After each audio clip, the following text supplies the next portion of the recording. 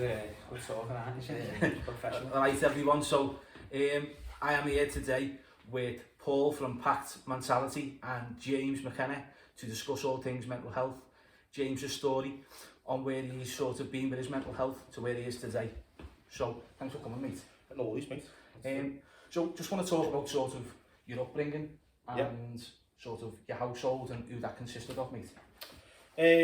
So my mum and dad, younger brother, younger sister, so there's 5 of us just living at home. I think we all probably lived in fairly close proximity to each other, didn't we? I think we did, I'm by the strands and these are off in the and that, so I think, and funny enough, and we'll come on to this, because when you said about me doing this, I kind of read back something I wrote about this, and we use words when we talk about our lives that, like, when something happens, you maybe think, well, is that the right word to use?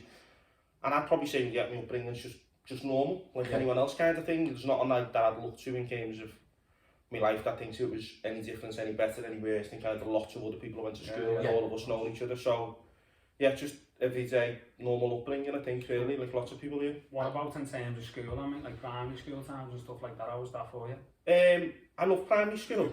I was at I like school generally, and certainly looking back at it, I had this slightly stranger journey with school, I think, where lots of people in school, or, have like maybe they didn't enjoy it first, and then maybe by the time they're 15, 16, they're more grown up into it, or they're just the same all the way through. I sort of had a slightly bit where, like, I wouldn't say I was a swatter or anything like that, but like really loved like primary school, really loved the idea of all thing. And funny enough, I found a school clipping from the newspaper the other week where I'd said they should make school work harder when I was 10. If I was Prime Minister, I'd make school work harder. I'd fucking shoot myself for saying that now. Kids doing me in for saying that, but so just normal like thing in primary school, loved it, do you know what I mean?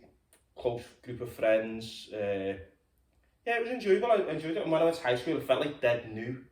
But it went the opposite way down, like towards the end of it, I didn't enjoy school as much, and probably didn't try as much as I should have. I didn't feel like it cost me anything in any way, but didn't try as much, and we all went to the same high school. Because you were bright in school, mate, weren't you? Oh, well, I'm not going to sit there on camera and say I was like clever, mate, if people start asking questions. But I was in top sets for everything, do you know what I mean? I got good GCSEs, but not as good as I probably should have on that as well, weirdly, when I look back. I got predicted high grades, but I sort of just took it a bit easier, because not that I found it easy, but I just sort of knew it. And school life, mate, was that alright for you, sort of looking back now, was it sort of... Yeah, looking back, there's moments, like, there was bits where I felt like, it was horrible, it was hard. Our school was ruthless, weren't it? You know what I mean? I used to walk home like Gaz at the time, you know what I mean? And he'll know the group of lads we walked home, everyone was ruthless, we all had nicknames and that, you know what I mean? And there were times when, like I'd come from a primary school where, lots of the same lads went to school, Jay Berry and all of people we know, and it was ruthless, but our school was full on ruthless, and I think that made some people realise, but not in a way that I think, certainly talking about mental health, but I think that affected me during me, probably toughened me up to lots of things. Made you ready for it, would you say? Yeah, made you ready for some stuff, people can't call you not, and if I've been, doing all the Spirits of Shankly stuff, for example, I've been called all kinds of names by people on the internet. Like, that makes me laugh, and I think, mate, you don't know half the nicknames I had in school, so I'm well alright, you know what I mean? Like, you seemed like you did seem alright, but that affected me a little bit in our school, you know what I mean? In school it did knock me. I'd have to agree with Gaz today, it sort of, maybe because I'm sort of a sensitive soul, but it did stick with me a little bit. Absolutely. It's stuck with me since. There's people I haven't seen that, if I, say hello to and whatever, do you know what I mean? But not in a way that I think, maybe I've just put it, not out of my mind, but further away from it, I sort of I'm past that stage in my life in a way as such. In school, there were times when I found it really hard, do you know what I mean? There'll be people who might watch this and stuff like that will be aware of various things in school where I found it more difficult. Not in terms of how I felt about myself, but I, complain about it. Mum and dad about it, do you know what I mean? It felt upset, it felt like too much. Does it affect you mentally, do you think, at times in school and at home and stuff like that? In school, but without me realising what it was, do you know what I mean? There were times I didn't want to go to school, times I didn't enjoy it, times when I thought, I wish that wasn't happening, and I wish that wouldn't be like this, do you know what I mean? And maybe I've just said all that about being ruthless and kind of thing, and it conditions you, but there are bits, and I've spoken to people since school, do you know what I mean, who've experienced comments people made about them, or rumours and stories, and you think that's really harsh, do you know what I mean? And we almost probably in school wrote it off. Yeah. Or we didn't let on that it was harsh. In the same way now, and this is one of the things I think looking back, I've got a 10-year-old stepdaughter, but others who know got kids in high school and that now, mates who are teachers, and they're like, kids are a bit better at some of this stuff now, do you know what I mean? They're not as harsh or like some things kids are going through, and I think we probably, you know, look back on that, like school, and maybe comments I've made of others, we all had skit names for each other, do you know what I mean? We all will be honest, we've all doing dinner at times, do you know what I mean? And probably not thought like we would now. Yeah. That could have a real impact on people, do you know what I mean? Words, mate, can really hurt people, mate. And I found that out now, mate. Yeah, particularly on things like, I think probably all of us the same, things on physical appearance that we all couldn't change. Or things that, like, it's not my fault, do you know what I mean? Yeah. I think probably the only saving grace to it in school, if you think about it, is like probably everyone had one. I don't think there was a single person. Looking back now, because when you're a kid, you feel like it's just you. And I remember going through like fucking stages where I had fucking time my hair and that. And I was like, wow, that's fucking, that drove me to that. Skinhead season, remember that? I've got that luxury now, and I wish I did. Oh, mate, in school I used to have a short hair like this. And like, I think the longest I'll ever get it was probably number 2 or 3. I'd love to have hair like it. Yeah, mate, I'd love to in a barber chair for us, man. John Travolta. Sit in a barber chair showing off to me, just take your time, showing them bits.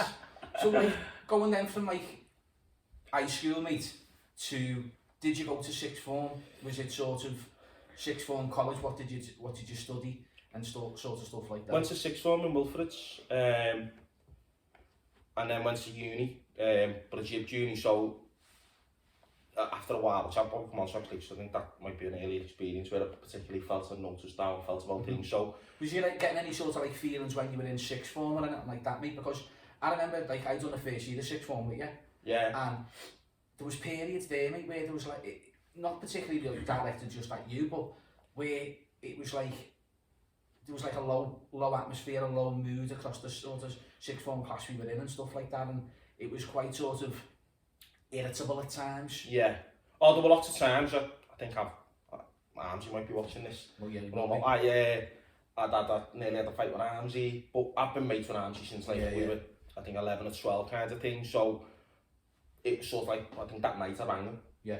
I said so much, listen, you know, sound, you know what I mean? Let bygones be bygones, been sound and that ever since. There were bits, I think it's a male thing, some of that, I think of the school bit we just mentioned there, and certainly in sixth form, there's a lot of testosterone flying around, there's a lot of young men trying to figure themselves out. You know, a lot of the work I've done and I'm going to be doing, mate, it talks a lot about that and about how young men at that age seek initiation into manhood, so you're searching for that manhood, and there isn't enough men. No. Like, our fathers or my dad certainly didn't so give me that, you know what I mean? I didn't have that initiation, that healthy initiation to be shown how to be a man, you know what I mean? Yeah. So I wouldn't say my dad ever like sat me down and said, this is how you be a man, but I know, looking back and look at things now and throughout, like, if I could be after my husband, I know he is to my mum, and like after dad he is to us, I'd be like, I'll be made up. Yeah. I don't even think I'm halfway there now, do you mean? Yeah. I think like I'd be made up. I think but that wouldn't do yourself an injustice though? No, but I say that more because I think then when you look at school, there were people, maybe our school was an environment of like lots of young people from an area that's working class, different experiences at home. Yeah. And nowadays people are a bit more aware, I think, of like what might be going on in someone's house. So your mums and dads might be aware of it and might say to you, you know, well, don't be mean to that person, you don't know what's going on at all, or don't say those things, or invite them around for tea, whereas I think we almost just like, we got on with it. Because not like it was back in the old days kind of thing, but I think parents like kind of, you know, my mum never like would have imagined when various things might happen, might have said, well, you don't know what's going on with their parents, you don't know what's going on with them. Talked about, was it? Exactly, that's it. It wasn't an open discussion. But like, I think like Paul, I spoke to Paul last week, is that, do you think it was because we were like conditioned as working class families to sort of be that mindset? I think get on with it and fight, you know, dog eat dog. Yeah. And compete against each other. Yeah, and if there was an issue going on in your home, you kept it between your own four walls. Yeah, generally. Yeah. So there were times I know, like, something happened in school. You know, I don't want to get into it, because I don't want to talk about people, because I think people have grown up on that, and, and people might have different views of things that happened. And then even other stuff.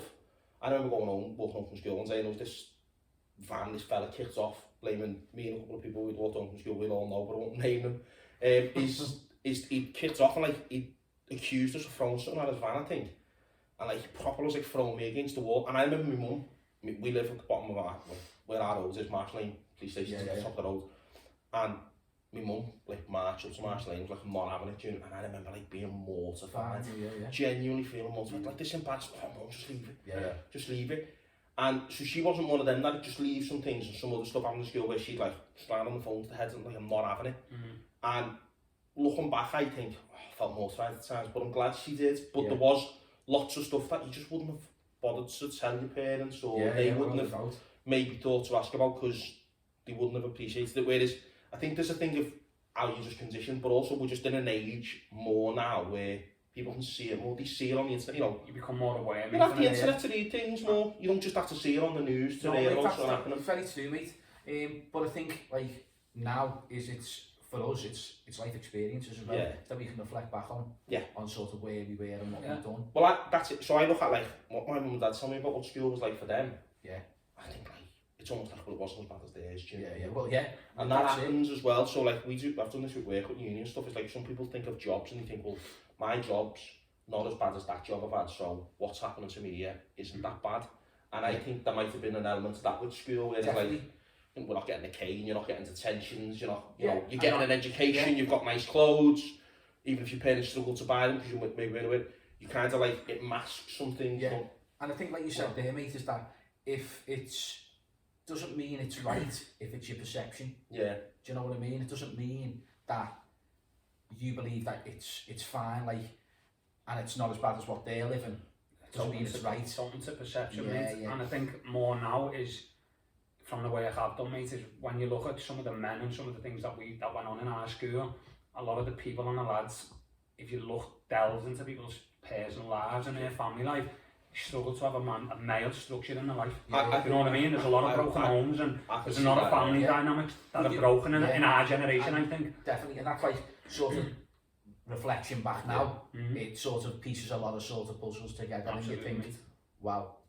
And that's they weren't just being a gobshite. And there's people I know where I know of like some of their home circumstances and stuff like that and can see that. And I think that's why when we'll come on to this, one of the bits where I kind of like when I was feeling like an issue with my mental health was there was never a thing where I could have thought I could pinpoint it, and certainly not in the way like people might have family problems or upbringing and stuff like that. There was never a thing where I would look back and think might that have been the trigger. And I say that in the context where at times, and not now, and certainly watching the video you used and spoke to this, is not where people like, I think some people might just characterise mental health as though you had this traumatic event occurred, or this bad incident occurred, or family breakdown or something that led you off the rails, as if like it has to have this story and an arc, do you know what I mean? But I think there's a bit where, as we get into mental health more now, why people are the way they are, because that's almost mental health, I think, generally in like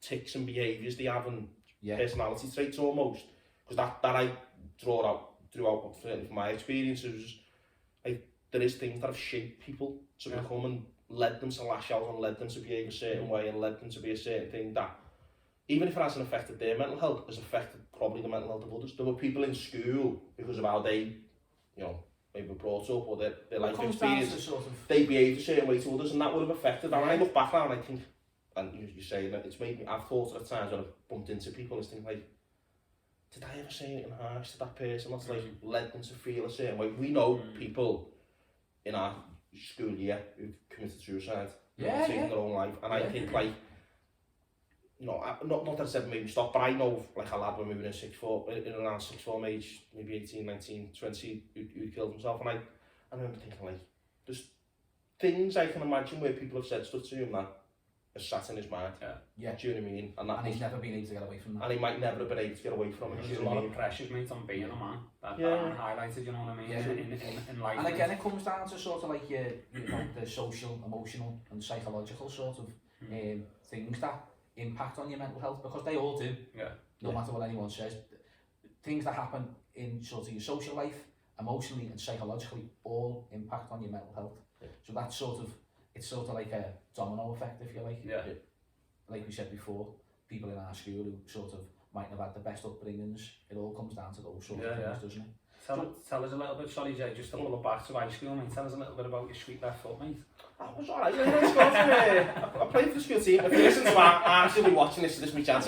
You'll be asking what that is to be playing in the school team, but scored in the semi. Scored in the semi. Well, he could play left back to be fair, but yeah, well, I got my place in the team. Alright, we won a Sefton Cup. We won the Sefton Cup, mate. Exactly. Won the cup in sixth form as well. Well, I was no, we didn't. We got battered in the finals, didn't we? Oh my god. Oh, 5-0, wasn't it? Oh, there's a lads, and funnily enough, the lads who played up front from, I think from McGull, we played in the final, and there's a lad, Andy, who plays up front for them, and I think he scored 4 of the 5 goals.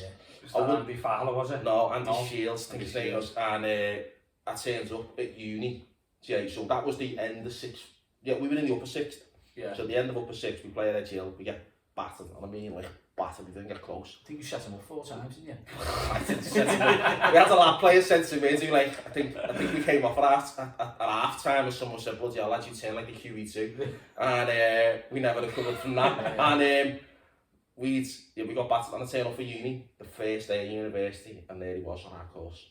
I remember thinking, what the fuck, I need to see your face for that, but we've been battered, but no, we were alright at footy, and that's a bit of it though, where you think, like, there was a real, like, lots of them lads probably clashed at times who played for that school team, do you know what I mean? We had a good team, no, mate. We had a very good team. And lots of lads clashed at times, but there was probably, and I don't think our school, and I think schools do this better at times, and you see this in other environments, that sport and bond environment is a chance or a place where people can bond, do you know what I mean? Yeah.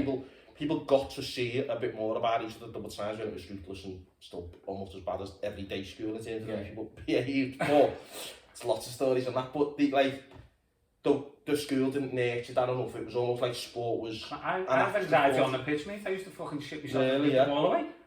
Get the ball away, you'd have people screaming and shouting at you. And I could see that. Like fucking Anfield. Oh, mate, it was like... semi-final. Well, them games used to play footy at dinner time, didn't you? And it'd be like ruthless, do you know what I mean? There were lads who were like really good, and like there was pressure to it.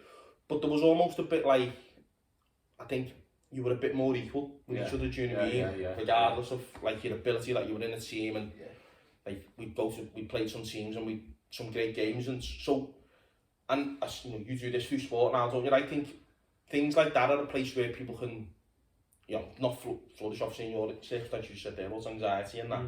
And I never would necessarily say I'm a good footballer, but I had my place. But then there were probably others who didn't think I should have, do you know what I mean? And you worry about that, and you think, well, I've got to impress people, but it can be a force for good, and at times I do think I look like they were some of the more enjoyable bits of school, like particularly, and lots of lads, and this is the thing for all the skit stuff and, you know, the impact it will have had on people, there are lots of, you know, before you started filming this, you mentioned names, and like, you know, like, people that you've seen now, you'd stop and nod to, do you know what I mean? There aren't many, if any, people that sort of like look at a school list of people and say, I hate, I think there's a commonality because of that, like, almost that in it together, way we play football at dinner times and stuff like that. There might be others who think that of me or others, I don't know, maybe, but there's a thing in that for football and sports where like it does level the playing field, and I think like our school, no wonder it's been knocked down now, but our school didn't probably do enough for that. Like they didn't kind of, certainly with sex, I think like how I've seen like people be kicked out of classes for misbehaving, it's like, I wouldn't look back and think the school tried to understand that or tried to acknowledge that. And I look at some of the lads particularly, but even some of the girls who like, you knew got kicked out of school or were getting kicked out of certain classes or were struggling in some classes. It's like they weren't thick, they weren't horrible people all the time, they just were lashing out, and there's reasons we will know of some of that. And looking back now, you think with hindsight, these were other reasons as well. So I don't think our school done enough on that. No, but I think education's evolved, hasn't it, since then? Well, ours was, it was just about education, where opportunities about getting on. So if you'd look back and think we didn't, you didn't do enough of that. Like I don't see, maybe I'm romanticising some of this in respect, because I don't see many people from school now. Like my group of mates, like I've got a group of core mates which seems to dwindle over the years, but most are from school at that age, you know what I mean? People have drifted off at times, but no one I particularly like hold a grudge to. No, same here. But you do look back at those years, and you know, the good bits and the bad, and you think like, you can see where it's been a challenge for people. But I don't think was a place, just judging what you said there, about anxiety, you know, wasn't aware of that. I always carried you as a confident person in school, particularly as it's like, a place where the school decides to explore any of that. Yeah. And I think that's harder for young people who are figuring this out, because I think, like, you go through lots, don't you, growing up, and you have all, like, no one wants to kind of look serious and look like they want to get an education or worry about, you know, getting good marks. And in, you know, certain science classes, if they were doing sexual education, you kind of like, you'd laugh and joke. Yeah. But it's like, some people, like, that might have impacted on them. The school hasn't sought to try and, like, or didn't seem to try and create a space which people could understand each other a bit better. And we didn't get much sexual education, did we? I remember the teacher just coming on and having a dildo and putting a condom on it, and that was about it. That's all we got told, wasn't it? Yeah, like year 10 or something like that. But I think, sort of like we said before about education, I think, although education's evolved, there's a lot more pressure put on children about their education. Yeah. That it's important that you go to school and you get an education and you get qualifications and stuff like that. And I felt, when I was younger, I don't know about you, that pressure was there, but it was only a personal pressure. Can you imagine it now though? Yeah, on the kids because of social media and things like that. The pressures now. It's got the heat gone up, hasn't it? I'd have hated to have had social media during school. Yeah. I'd have hated the idea of that. We've got a 10-year-old, you know, she's just got a phone now, she's got a WhatsApp, talks to her mates and that, like, you worry, you think, what might someone say when you go to school? She's applying for high school now, she's going to go to high school, and it's like, bloody hell, I'm glad she's not going, I'm glad Wilfors doesn't exist and she's going there.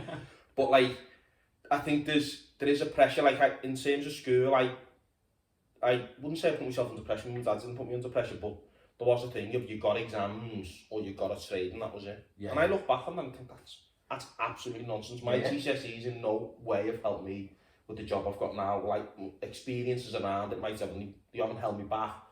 But, like, I remember feeling, in sixth form particularly, you mentioned that before, coming back to that, was, I sort of enjoyed sixth form, but felt like it was a big period of growing up and just not discovering myself, but what person I was, do you know what I mean? What I wouldn't let slide. Another time, you mentioned about the atmosphere. I think in sixth form particularly, maybe in the absence of some others in the kind of lads in school who dominated kind of things, is I found myself a bit more in terms of what I will or won't accept as like behavioural things I think are okay.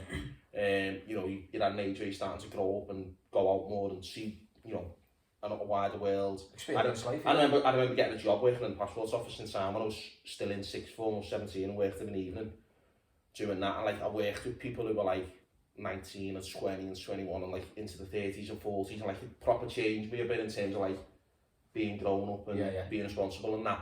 But I remember feeling like put myself under pressure, outwardly not doing it, but inwardly put myself under loads of pressure about my A-levels.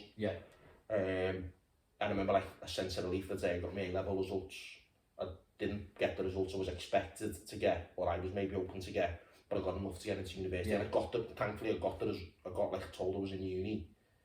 They'd accidentally sent the letter like early, and I got the letter before I went to school to get my results, and I remember feeling so relieved, like, more because I think my mum and dad were disappointed because, like, I'm going to uni, and there's almost like a, not a status thing, but a thing of like, you don't want to tell people you failed, and I think that was one of the pervasive things in our school, and particularly probably more perverse, and it is in working class communities, I think, is, I always remember there being a big thing about having Rockport and Lacoste shoes and stuff like that, and like, I'd be brother's Rockport. And there was an idea of whether you had shoes that fitted and stuff like that. And I think there was you know, and your parents would go out of the way to get you something that looked nice and others. Skid themselves, mate.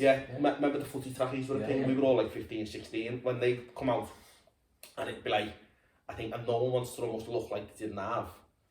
And I think they were the bits in, there's like an image thing almost, and you didn't want to let someone down, you didn't want to be the source of a ridicule or something.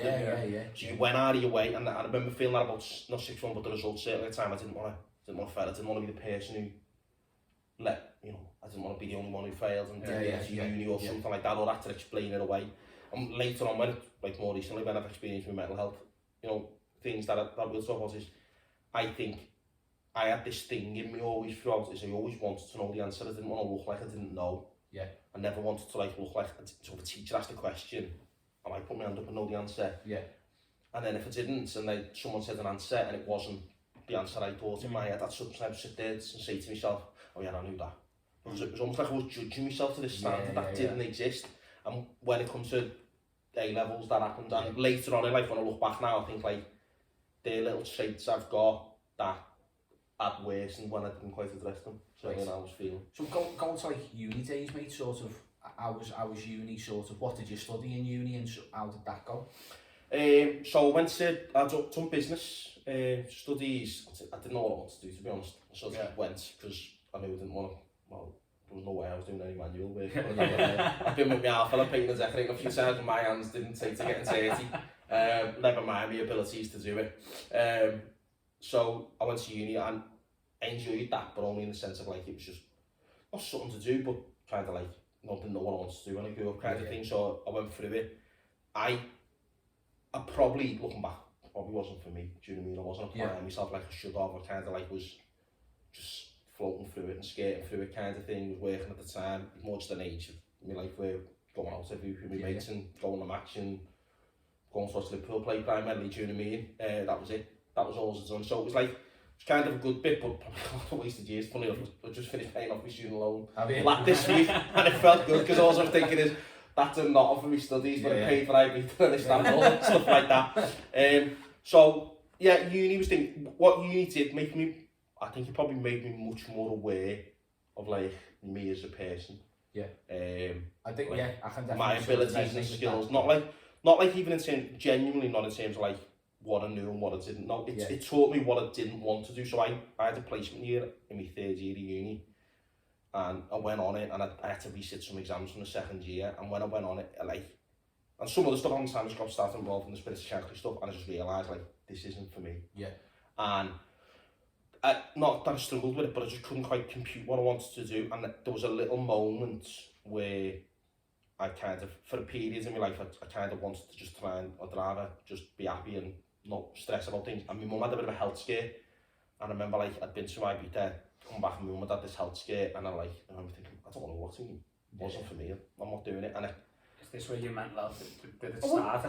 No, it almost went into a bit where I probably didn't pay attention to it as much as I kind of just like I'm just going to be happy. I'm just going to take my chance in life of what I want to do. Do you know what I mean? I'd rather do something and feel happier. Is that because you didn't know what it was, or? I don't know. I wouldn't say it was a catalyst for any, and I just sort of kind of, I probably stopped worrying about stuff.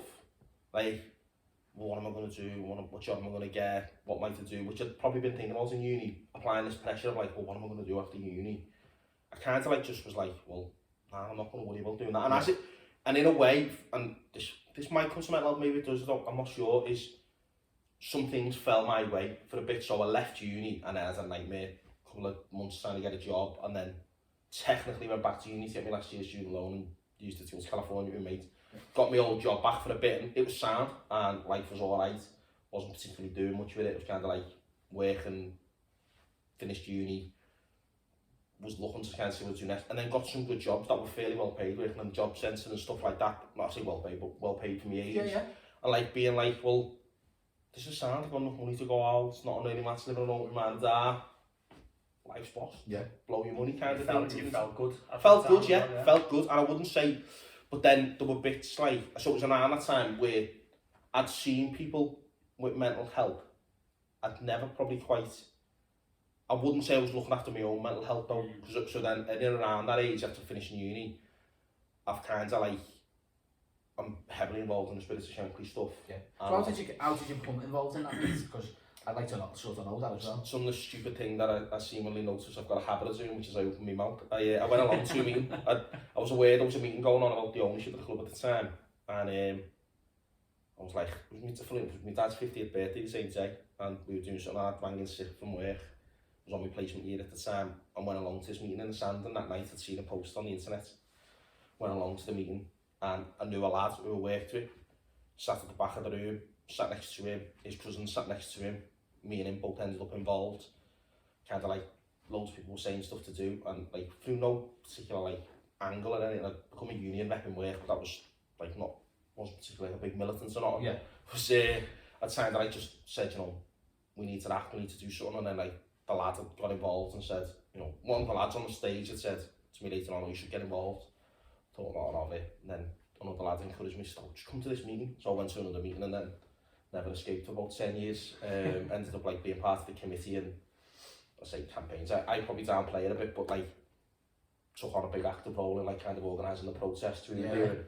And I wouldn't say it affected my mental health, but I know it wasn't. Now when I think about this and my experiences is, I didn't look after mental health, I didn't worry about burnout. Because I was young, because I had a decent job, like I was genuinely like, probably because I was passionate about it and I wouldn't change nothing, is I was like, I would prioritise that before work.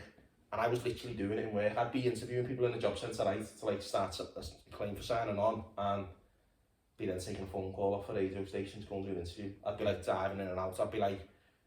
I'd spend some days physically like kind of get up in the morning, do loads of interviews, go to work in the morning, on my dinner break, jump a taxi to Anfield, do interviews for an hour, jump a taxi back and forth, and I wasn't kind of probably looking after myself, like my weight, started to put weight on, and they were things later on that I think began to like certainly notice. But in that time, I'd had some experiences where a relationship was in, a person had been with it, had some mental health problems that, and I always thought I understood mental health. Yeah.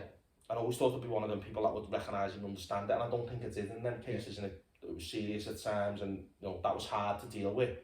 But I remember like at the time of doing it, I'd get up, like I'd almost like compartmentalise it, I'd get on with it, and I'd try and do that, and I'd do that sometimes on lots of stuff, but I'd get on with it, but I don't think I ever like let it out.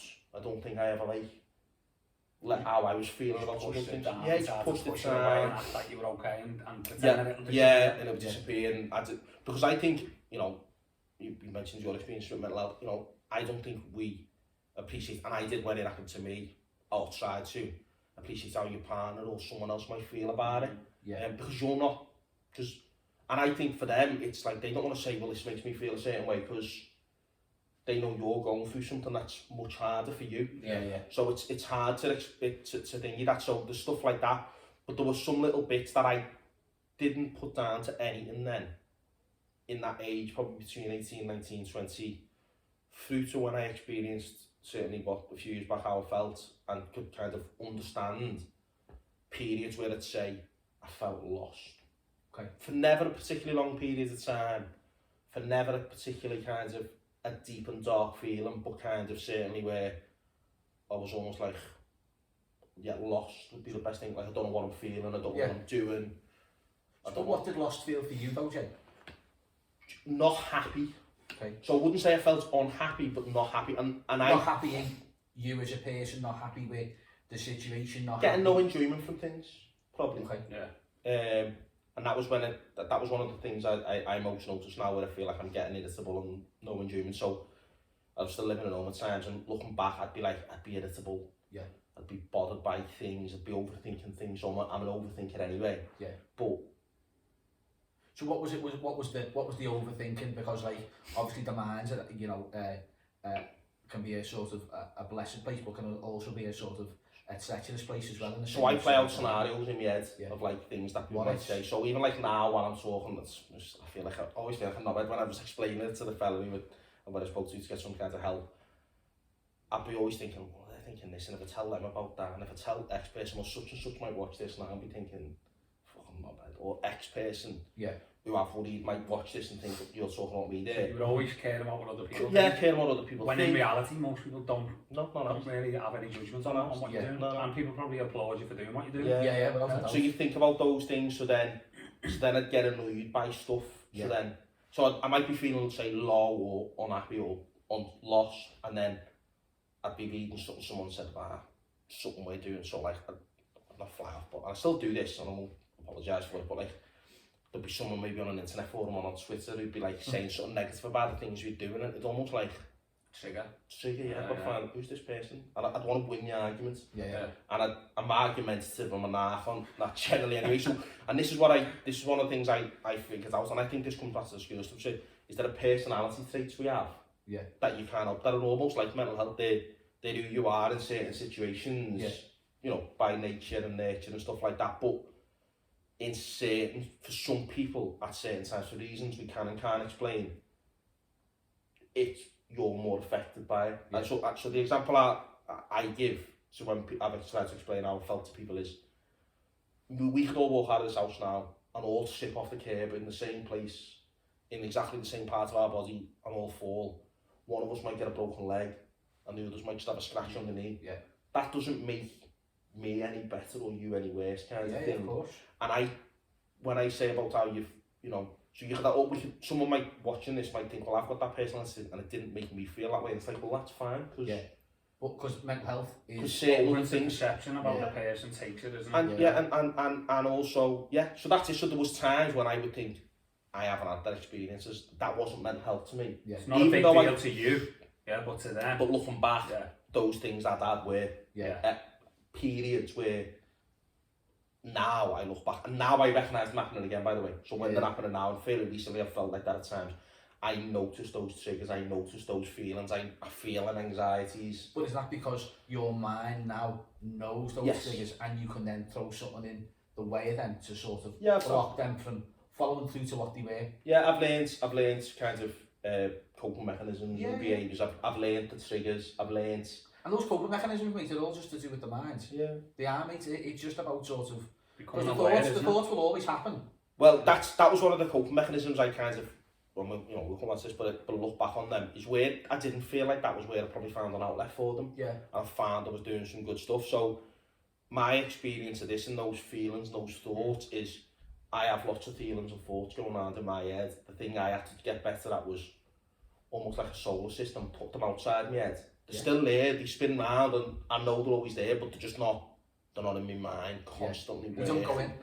If they do go in, they don't stay. Yeah, and when they go in, they almost come in at like your permission. Because you want to think about that thing. Because the thing I found was like, I'd apply it, and it comes back to school, I mentioned before, is I'd like apply a pressure to myself of that no one else was applying, but I'd apply a pressure to myself of needing to know the answer. So it comes back to the exam stuff before, it's like, I need to know, I can't not do this. And it's like, well, I can. There's lots of people now who I'd say, if you weren't happy in uni, just leave. Yeah. But I remember like leaving, it felt like a big thing. And even at times I still doubt myself thinking, should I just carry on and got that degree? And it's like, well, no, I wasn't happy. I wasn't enjoying it. I made the right decision, but you still sometimes doubt yourself. And it's like putting those thoughts out and almost accepting where you were. So that bit where I mentioned before, being happy, I stopped myself wondering about it. I got a tattoo, carpe diem, because it was like, I'm just going to enjoy and I'm going to seize the day. Yeah. And I think that was because I knew before then I'd overthought too much about what I should be like and what I needed to do. And then I had this period where it didn't, but in that bit, I wouldn't say I was neglectful, but I didn't think about my mental health as much. I didn't look after it.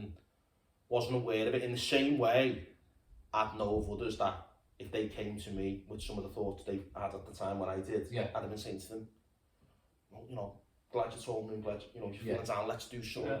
I wouldn't ask people for help in the same way that I'd encourage them to come to me for help. Yeah. And that's one of the things, not regret, but I wish I'd applied more of myself. Yeah. But as it got worse, I didn't do that. I didn't ask people for help. Sounds like, mate, that you've created whatever coping techniques you've used. It's created space between you and your thoughts, you know what I mean? Yeah. So you know that you're not your thoughts.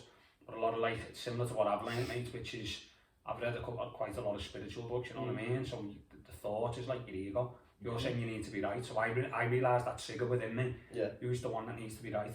Yeah. You know what I mean? And if you can create that space and be like, you're not the one who actually wants to be right. Do you know what I mean? It's your mind-made self. You're thinking that you need to be right, but you're not that. Yeah. You're not the thought or the feeling, if you get me. It creates that little bit of space for me to take a step back and sort of let it go, you know what I mean? And then I let it pass then. Yeah. And then I can center my thoughts again, you know what I mean? Yeah, there's that bit of like, it's taking a breath. It's like, when I have them starting to feel like that at times, and my missus notices them a bit more now, it's like, I'll be feeling a certain way, I'll be like, let me just see how I feel tomorrow. Yeah. Do you know what I mean? Let me make that decision tomorrow, let me process that thought tomorrow, and lots of times where I've thought... Because we've always got tomorrow, mate. Yeah. We've always got tomorrow. But they might be but it's hard, and in those moments I don't think I thought about that. It's like kind of, and partly I think it's young and an age thing. It's a young man. It's like, wow, what have you got to worry about? Do you know what I mean? As I said before, I had a decent job, and I was like, what have I got to worry about compared to others? Do you know what I mean? So I almost parked them feelings I had where I felt lost, and never like kind of explored them and just put them down to maybe I'm bored, I'm fed up, and even then, as experiencing mental health, is like, I didn't, when it became a bigger problem for me, is I didn't deal with them. I didn't deal with that bored and fed up and, wanting to change some stuff in my lifestyle, like, going to the gym more again, eating good again. I never changed them, so I kind of like, they got worse. Whereas when there were moments, I probably discounted them because I'd done something, I probably did cope with them. I probably done something that helped me, like going to the gym again, playing footy. I had something good happening. Done stuff that lit you up. That paired me back up and got me out of that, you know, bit of a funk I was in. I didn't notice it. But when I look back now, particularly, and it's one of the things I tried to explain when I wrote the blog, is I hope people look at them and think, nah, it's normal to feel like that, but also it's normal that everyone can feel like that, but it can feel worse to me. And that's one of the things that I look back and think is like, and I remember not wanting to talk to people because I was thinking, I know stuff that's going on in other people's lives, that's worse for them. Their experience, they've had recently. You felt it went you thought you were a bit irrelevant, what you were, mine you were upset about. Mine shouldn't matter because partly because I couldn't understand why I was feeling the way I was feeling as well. But what would you tell people now though, Jay, that sort of, because there's people out there who will have those same feelings that you went through, what would you say about that sort of feeling that you're at now? That bit of trying to take a pause, don't think it's the worst thing. I'd probably say it to other people, is like, if you think someone's not okay, ask again. I remember doing a thing with Liverpool on this, and it was kind of like, ask the question, and if you really don't think someone's telling the truth, say like, well, ask a specific one. How's work? How the kids? Do you know what I mean? Get into a conversation, and that's because I think one of the challenges for lads particularly, and even I think for people from Liverpool as well, is we say, all right, mate. So I remember this one, I'll tell a bit of a funny story. This was in and around the same time I might have felt like this. I was working in just outside Preston, and I'd say, all right, mate. I was like, hello, and they'd like reply saying, yeah, are you? I was thinking, I'm asking you, all right, mate. I don't care. I'm saying hello. And I think, like, the way we talk, we say, all right, mate. And we're not asking someone to do all right, and then we say, you message someone now, you say, you okay? But you're just sort of like, just checking in. You're not actually asking, are you okay? So you've got to ask almost a specific question, what are you feeling on some things, and acknowledging like that's a normal feeling. So my thing to them would be, try and talk about how you're feeling or see how your mates are feeling. Because the thing that comforted me, and I think comforted some of the people when I told them my thing, was my feeling was normal. And I say normal, it wasn't normal because it made me feel good, but other people have that feeling, it wasn't just me.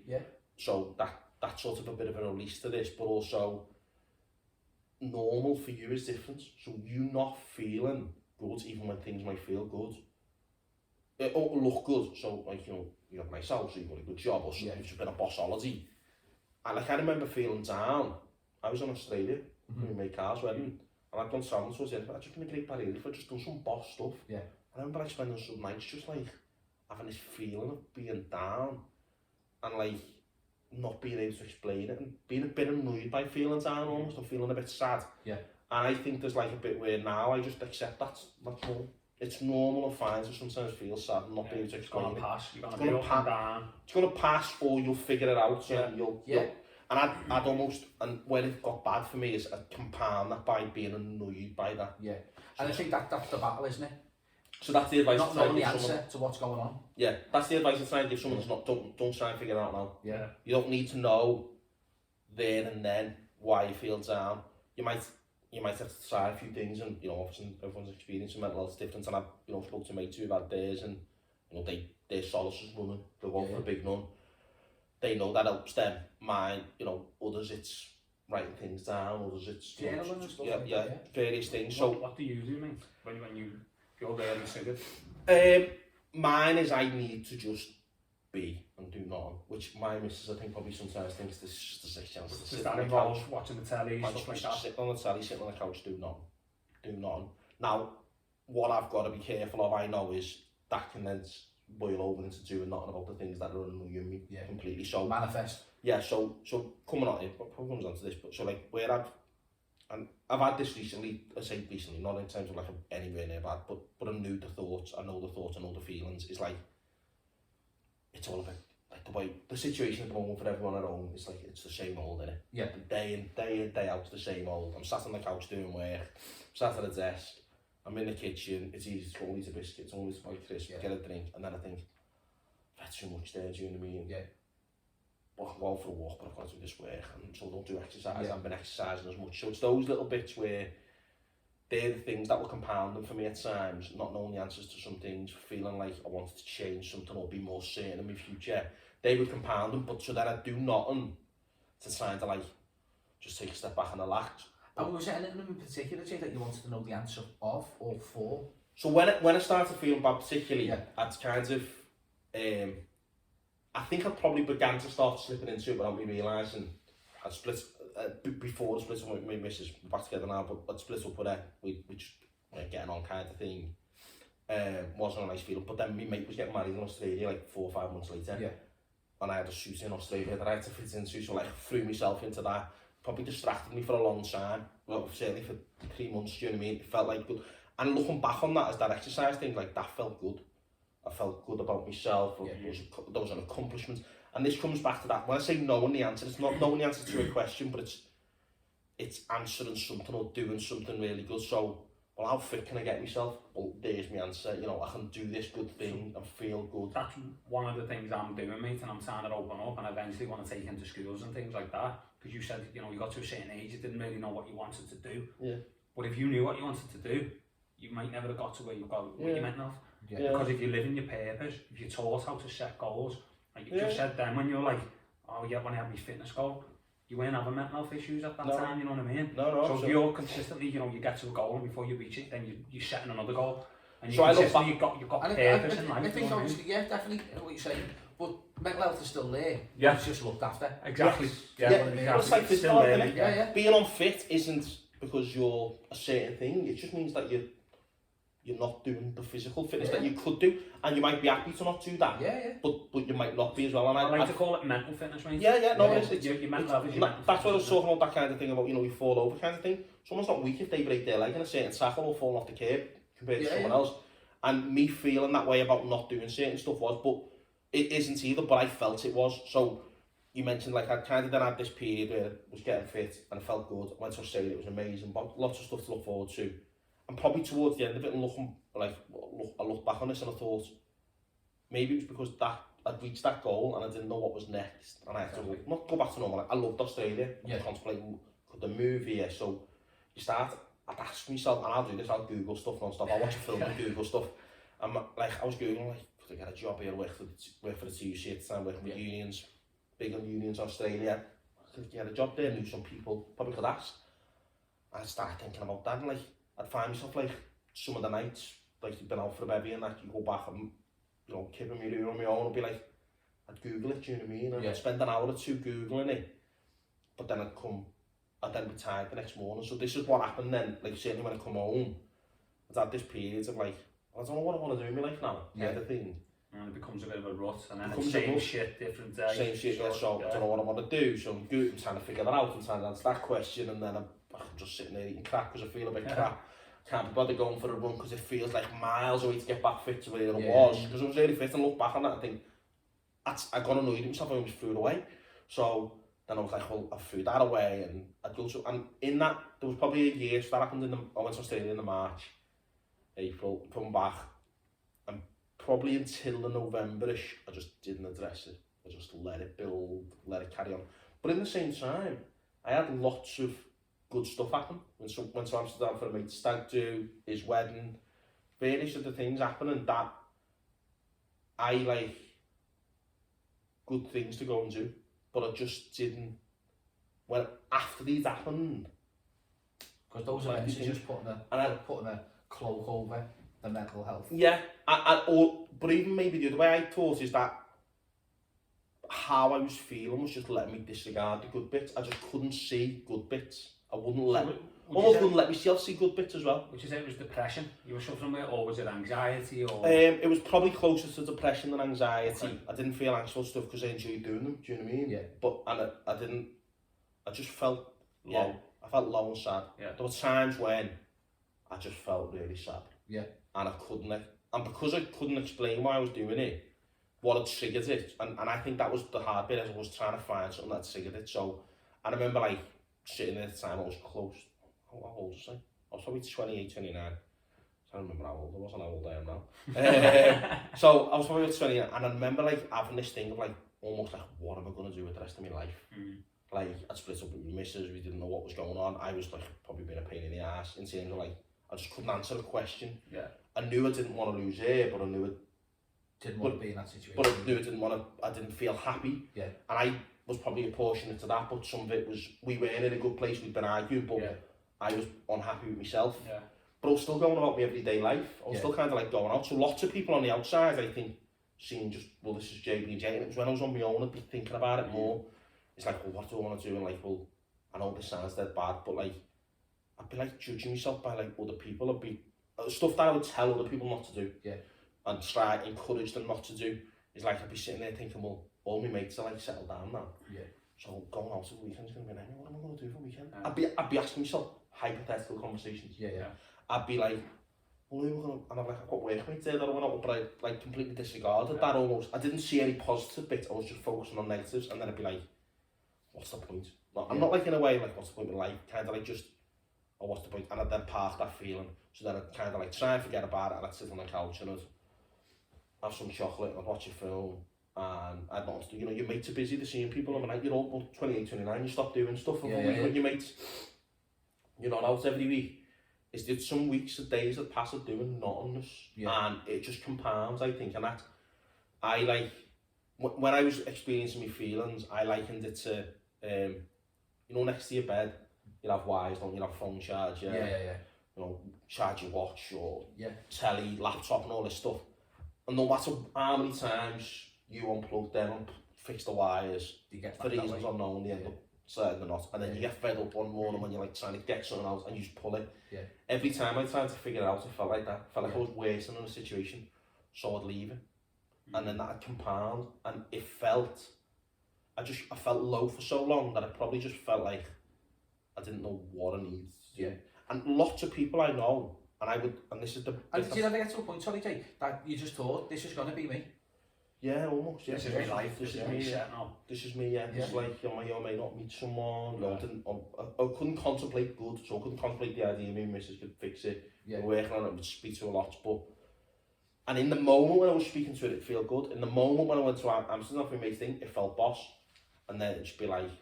You're just masking it not out, on this in the... It there was this bit when it was the in-between of things. Now, like, what I've not been able to cope with better now at times is you have big periods in your life where you don't do much. You just do everyday life. You go to work, you come home, you might go for something to eat and stuff like that.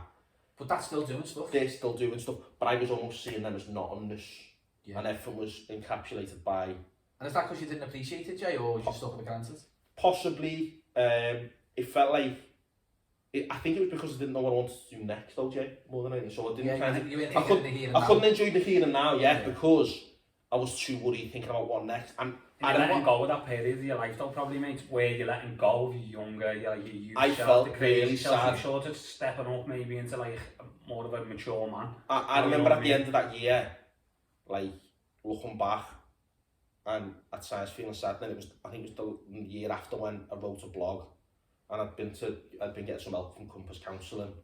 I remember writing this blog, and I remember looking back on that year and thinking, I actually had some boss things happen that year. Yeah. I actually had some really, really, really good moments that I just didn't see, and I don't think I tried to take joy from it. And I wouldn't say there was a trigger of one of this. It just felt like lots of little bits. I was having this period of uncertainty where I didn't know what I wanted to do with my job. I wasn't quite enjoying it like I should, but I was thinking about what next. And that's where I come to this thing of wanting to know the answer to something or wanting to know something. Is like, I was worrying about the next. And I remember having this, when I went to speak to this guy, Colin from Compass, and I realised, like, I was like in work and thinking, well, I don't know the answer to them things, so I'm never going to get that next job. And I was comparing myself to people that had 20 years on me. Yeah, yeah. And it was like, now I think, I do, and I catch myself doing it now, but now I correct them, like, that person's 21, 22 years. Someone's looking at you in that way, don't that, mate? Yeah, yeah. Do you know what I mean? And they're thinking, well, exactly, and I've learned that. And I say that, you'll learn this, trust me. You will learn, through work. But what I wasn't doing in that moment was the things, and I think this is where I let myself slip to an extent, but didn't see it, is I wasn't doing the things I wasn't practicing what I would preach, basically. Yeah. So my group of mates, if they'd have come to me and said, I feel like this and blah, blah, about work, and I'd be like, I'd almost be like, why do you want to jump for now? Do you know what I mean? You've got lots of time. 30 odd years left of your life. I was almost like thinking this is me for life. Yeah. And there was a moment when I was getting some help and it helped me work out. As I was saying to myself, well, I've actually got more years left in work than I've had years alive. And I'm worrying, like, oh, well, this is me forever.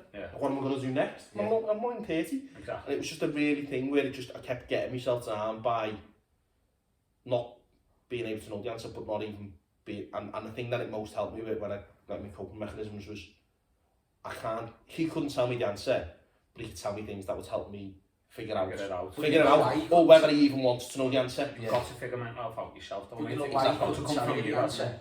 Yeah. You know why he couldn't tell you the answer? Because you had all the answers inside yourself, you just didn't know. And there might not be one yet. That was the thing. Oh, there is one. But you just haven't found it out yet, do you know what I mean? There will be an answer.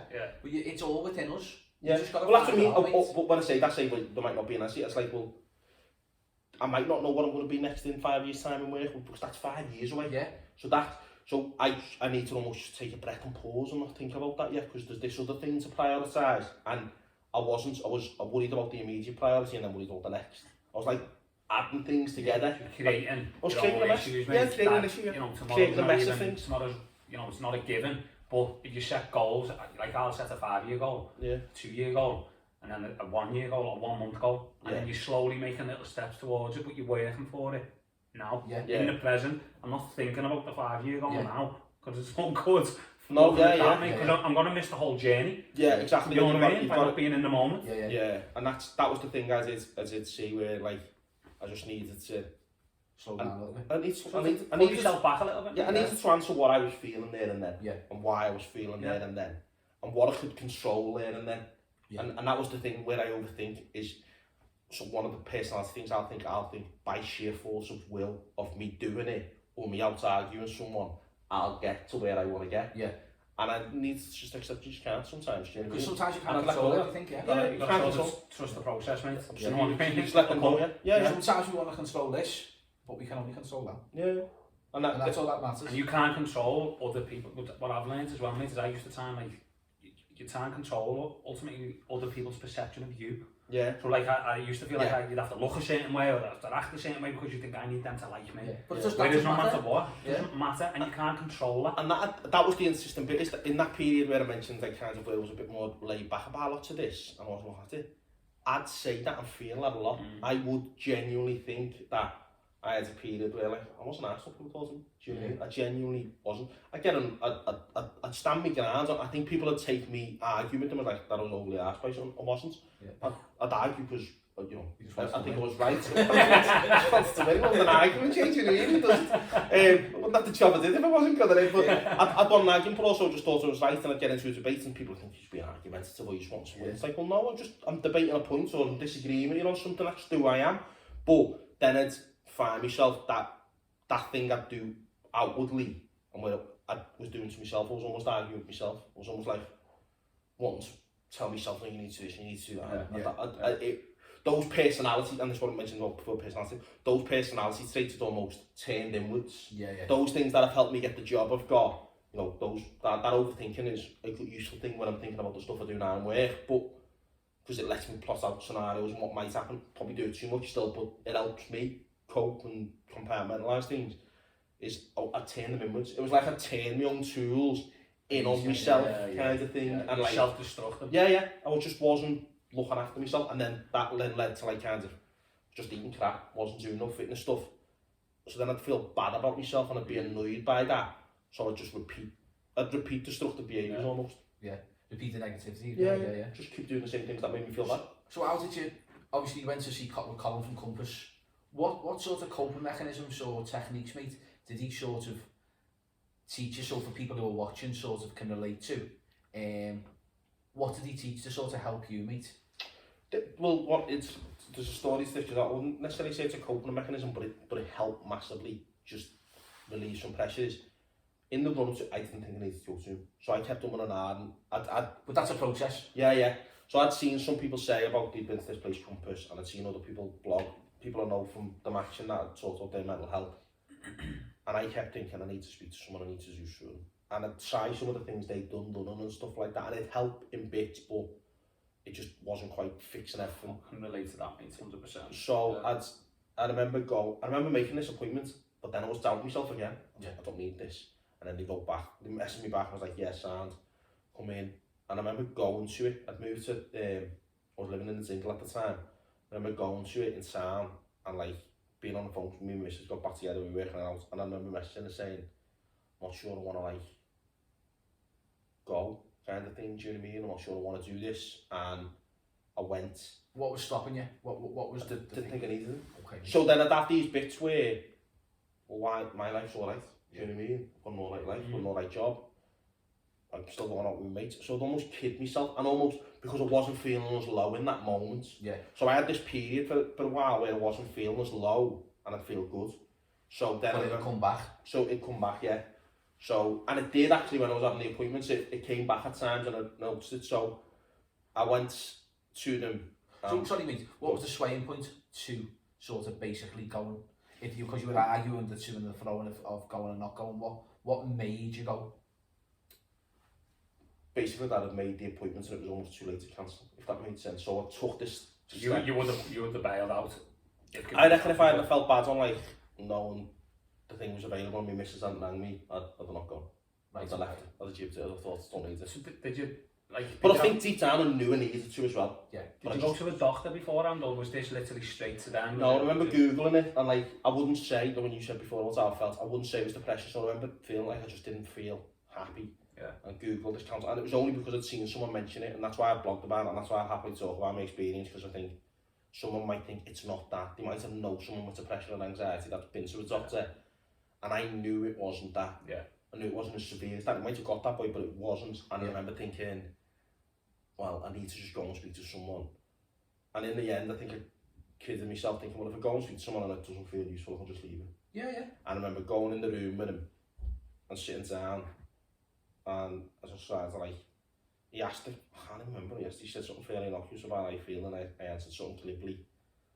And then he said something, and everything just spilled out. Yeah. And it was like a dam burst, and I just like said loads, and he was like, and each week we'd come back to some of them.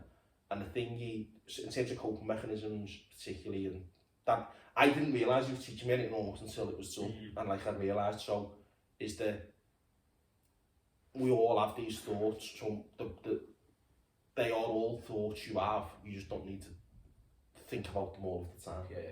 So that question you've got, like, and it's goals, stuff you said, that question you've got about work and deadlines you know you've got next week and things you want to do in a year's time, they don't all need to be in your head at the same time next to going to the gym tomorrow and losing weight and stuff like that and answering questions that you've got. That's it. And I genuinely liken it almost now to like, it's like a solar system for me. And it was because I overthink things and always worry about stuff, is it's like a solar system. They're always spinning around my head. Yeah, yeah. But at any one time, I can pull that thought back in rather than dealing with it there. Yeah. That when it was almost the destructive behaviour was, I'd have this thought and I'd think, I need to know the answer to this now. Yeah. And I'd learn, I might never know the answer to that, but I don't need to think about that now either. Yeah. I can think about that in the future. So I learned to just think about things when they mattered. Yeah. And also, very practically, well, what makes you feel a certain way, you know, so if you're feeling down, well, going for a run. Why are you feeling down? I feel like I'm fat, I feel like I've got overweight. Okay, well, is there anything we can do about that? And he wasn't posing it in a way like, you know, get the fucking gym, lad. It was like, well, is there anything you can do about it? And it gave me some responsibility back. Not in terms of saying this is all on you, but that bit about making me think about what I can do. Making me accountable, What can I think I can do?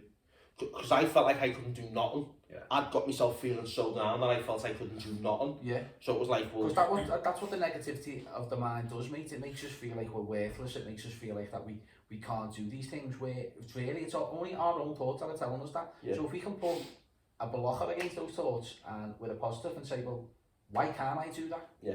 But this was the positive of saying it to someone else, is it was, at times, he almost just felt like I wasn't getting counselling, he was just a sounding board, he was just someone for me to throw a load of thoughts out to and see what came back. Yeah. And there were times when he'd say something that made me think, I didn't think of it like that, and he'd say, well, we'll talk about that next week. Yeah.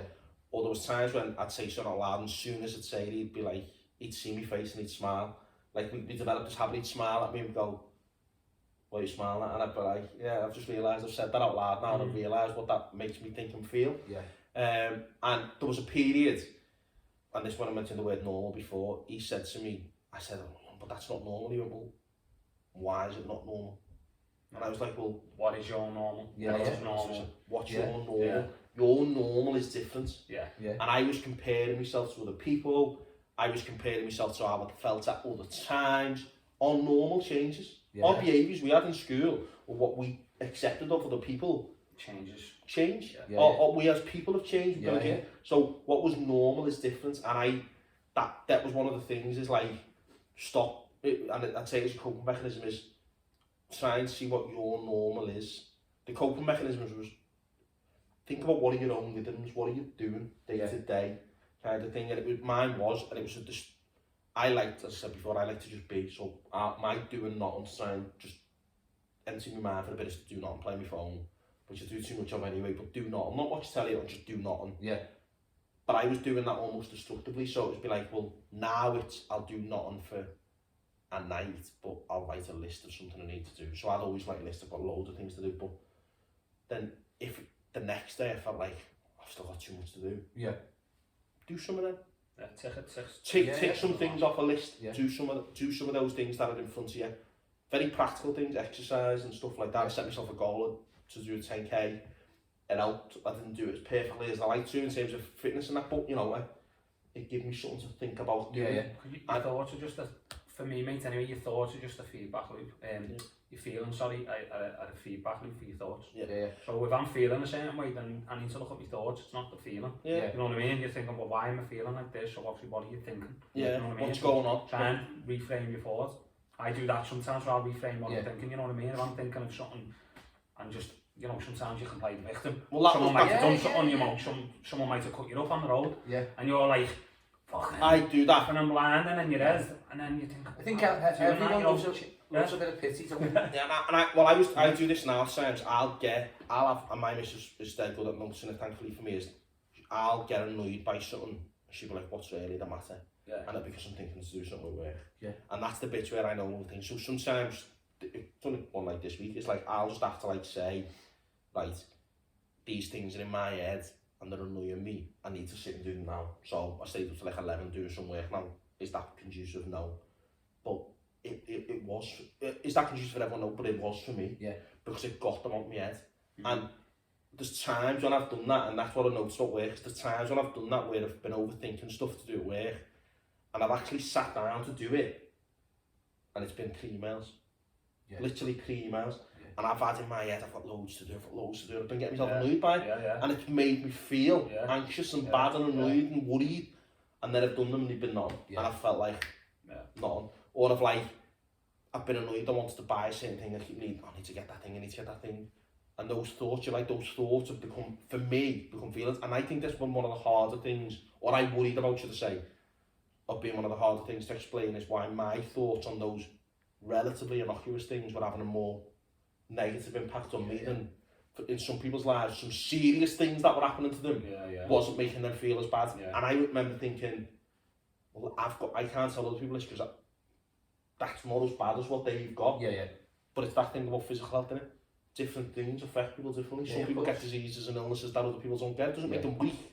You wouldn't say you're weak because you got this happened to you. That you did this, and I was doing that to myself, and that's one of the things in terms of coping. Beating yourself up. That it was that thing of that not judging, and these aren't necessarily coping mechanisms to take a breath. It was he thing. Really good thing I found is he was saying to me, because there are lots of good coping mechanisms you do, take a breath, writing it down helped. You know, when I wrote the blog, it really helped. But resourcing your emotions, mate, is another good one. Resourcing the negative with a positive. Well, that's what he'd say. We'd talk about this. He'd say, and he didn't. The thing that was I found particularly useful from it is he was never like kind of like telling me why this was the answer, but it was just kind of letting me just think and feel it. Me way around stuff. I feel like because I think he recognised in me, I needed to have a sense of ownership in this. I needed to own this because of how I was. Your journey, mate, isn't it? I didn't need someone to. Because I said to him, one of the things I said to him, and he said about me coming, and I think this is one of the first things that burst the time in me speaking to him, is I was like, I needed someone to tell me the answer. I needed someone to tell me it was going to be okay. Yeah. And what he helped me figure out is, some people can tell you some things are going to be okay, but unless you accept it, they're not. And I did have people saying this to me, that'll be alright, mate, you're going to be great, you're definitely going to have that job in 10 years time, you're definitely going to be this. Yeah. And I was doubting myself. So someone telling me the answer wasn't bad, it was me needing to know the answer, and I needed him to help me understand. And it was that positive and negative. It was like, well, he helped me understand that. It's like, well, you had that negative feeling, you've done nothing. You just told me you'd been to Amsterdam and done these things. I'm like, oh yeah. And it was almost like I'd forgot the positives. Yeah. It cloaked it. Because the positives always outweigh the negative, mate. Always. They do, but it's this weird bit when you can't, and this is the bit I struggled with. I couldn't explain why it wasn't feeling good. Because generally it felt good, and I always thought it felt good. Because the negative manifests. And it just sat. It just sat in me, and that was one of the things that I'd say to people, was like, having negative thoughts is normal.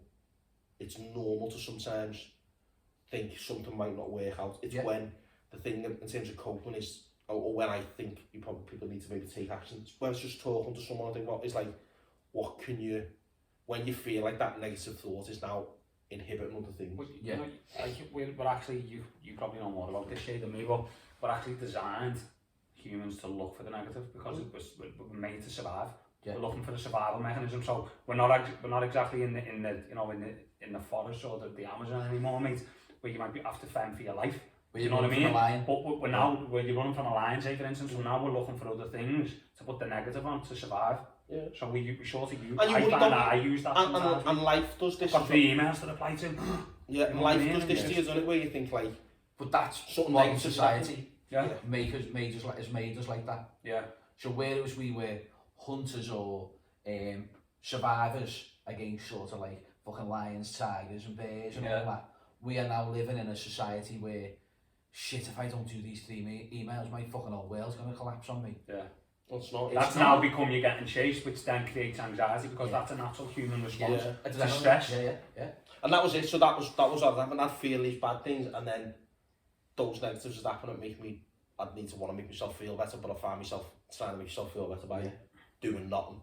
So my coping mechanism almost worked against me in those times, because it wasn't helping me cope. Whereas now I can understand my thoughts and feelings better. Yeah. So it was that bit of like, you need to put it out there. What is it particularly? And that's, I always say, you know, I encourage mates to come and do it, but trying to talk to someone who's somewhat professional, and the thing that most benefited me, to explain that better, the thing that most benefited me was going to talk to someone that I felt I couldn't be judged by.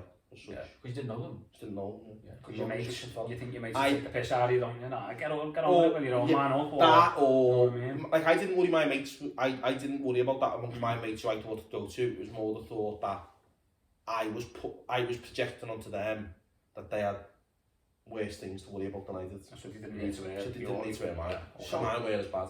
So with that, Jay, how do you sort of implement when those days that like the negative sort of signs are showing? How do you implement the sort of coping mechanisms or the stuff that you use now?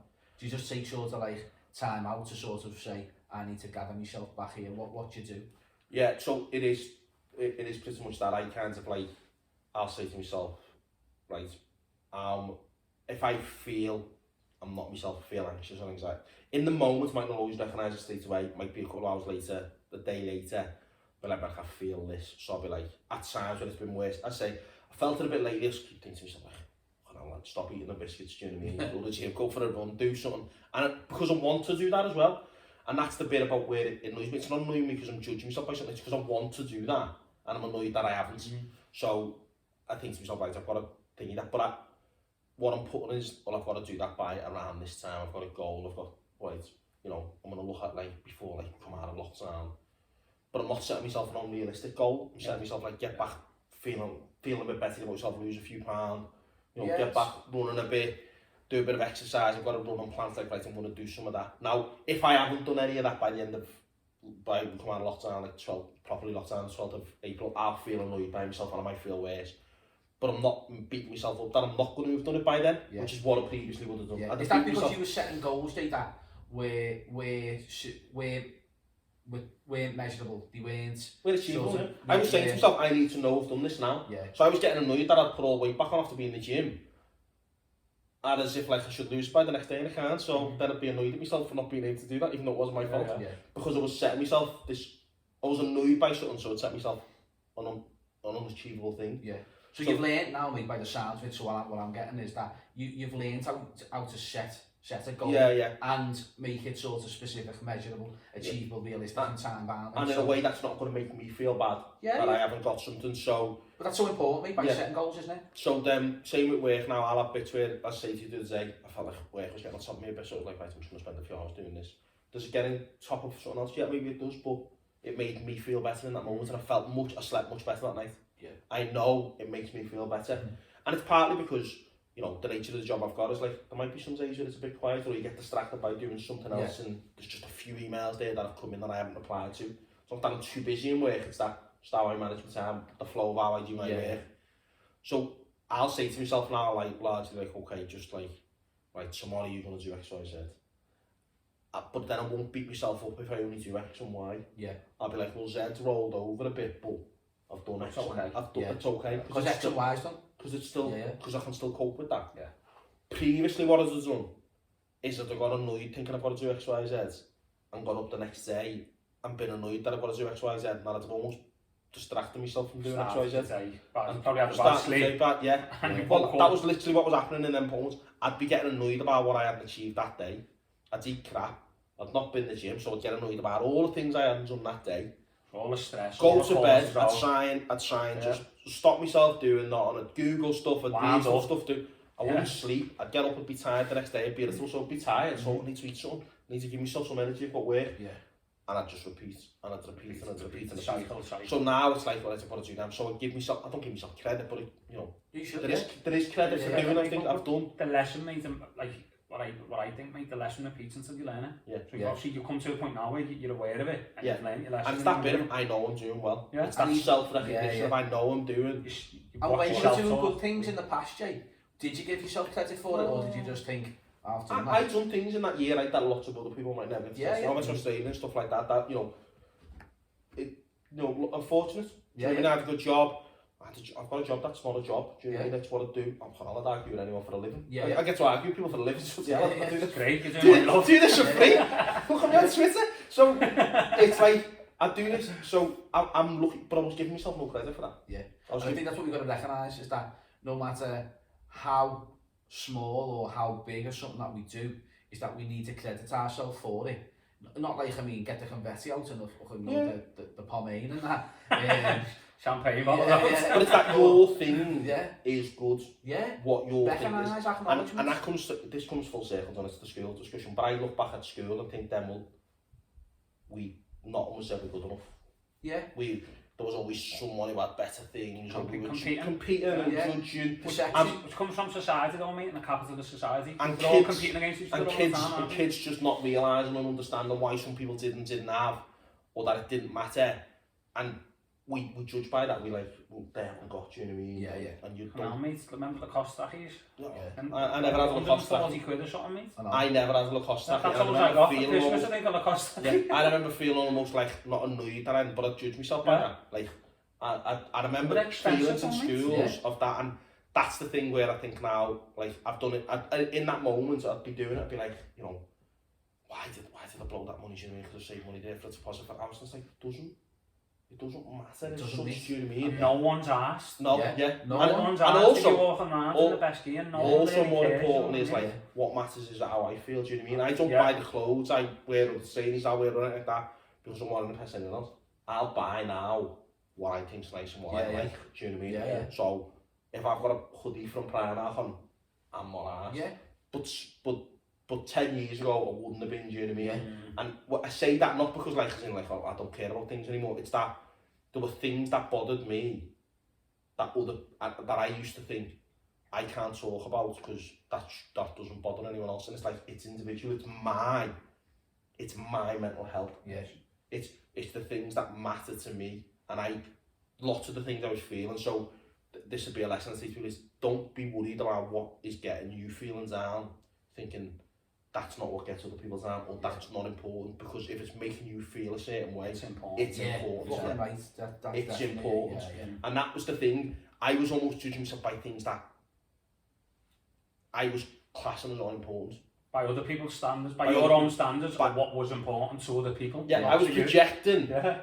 other people's thoughts onto myself and then back to them. They will think this of me, so I can't say this to them. And that's, I was creating and that's hypotheticals. crazy, isn't it? Yeah, it's What we Yeah, do. yeah. I was creating hypotheticals. So, tell me about, mate, whereabouts you are now in sort of in your life with your sort of your mental health and sort of what's going on now. Spirit of Shankly there as well. Yeah. lad. Yeah, Give so us everything, mate. Let us know what's going on.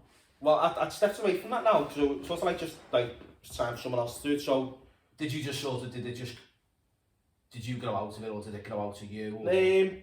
no, partly it's more like a kind of professional thing. Like with work, I was busy with stuff, but Yeah. also like the stuff we're involved in work. I'm not one of them people who thinks, well, I'm the only one who can do this. Yeah. And for a while, I just done it because I didn't think no one else would step up, so I had to try and like encourage others to do it. Mhm.